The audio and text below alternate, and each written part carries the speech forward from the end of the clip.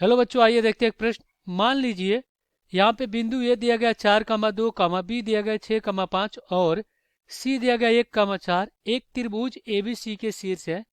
यदि ए कोष्टक में क्या है x1, y1, B x2, y2 और सी x3, y3, तो त्रिभुज ABC के शीर्ष हैं, तो इस त्रिभुज के केंद्रक के निर्देशांक ज्ञात कीजिए। तो अब हम क्या करेंगे, यहाँ पे मुख्य अवधारणा लिखेंगे। क्या लिखेंगे? मुख्य अवधारणा।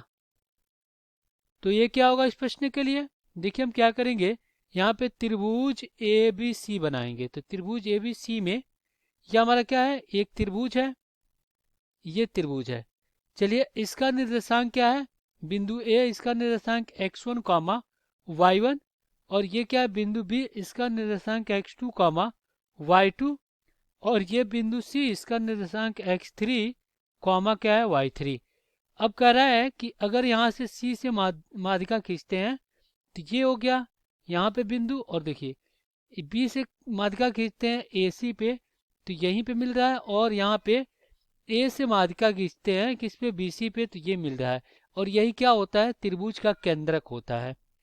और हमें पता है कि त्रिभुज का केंद्र, त्रिभुज त्रिभुज का केंद्र यानी केंद्रक, अगर हम इसको क्या करें, सी नहीं, इसको अगर हम क्या करें डी मान लें, यहाँ पे डी मान लें, तो ये जो डी है इसका निर्देशांक क्या हो जाएगा, इसका अगर निर्देशांक देखा जाए तो हो जाएगा x1 plus x2 plus x3 और बटा में 3, और y1 plus y2 plus y3 और बटा में 3।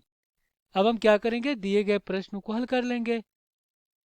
तो ये जो यहाँ पे बिंदु दिया गया है प्रश्न में, ए दिया गया है 4, 2, और बी का जो निर्देशांक है 6, कितना 5, और सी का जो निर्देशांक है 1, कितना है 4 है। अब हम क्या करेंगे, इसी सूत्र का प्रयोग करके अगर हम इस डी को क्या करते हैं x, y मान लेते हैं, तो यहाँ पे केंद्रक केंद्रक केंद्रक डी के निर्देशांक क्या हो जाएंगे, कोष्ठ में x1 प्लस x2, ये आपका x1 है, ये x2 है, और ये आपका x3 है। तो क्या हो जाएगा 4 प्लस 6 प्लस 1 और बटा में 3 और कॉमा y1, ये y1 है, ये y2 है, और ये y3 है।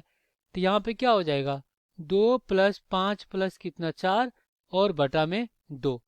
तो इधर क्या हो जाएगा d बराबर, देखिए देखिए 6 4 10, 1 11/3, तो 11 कितना आ गया 3 आ गया।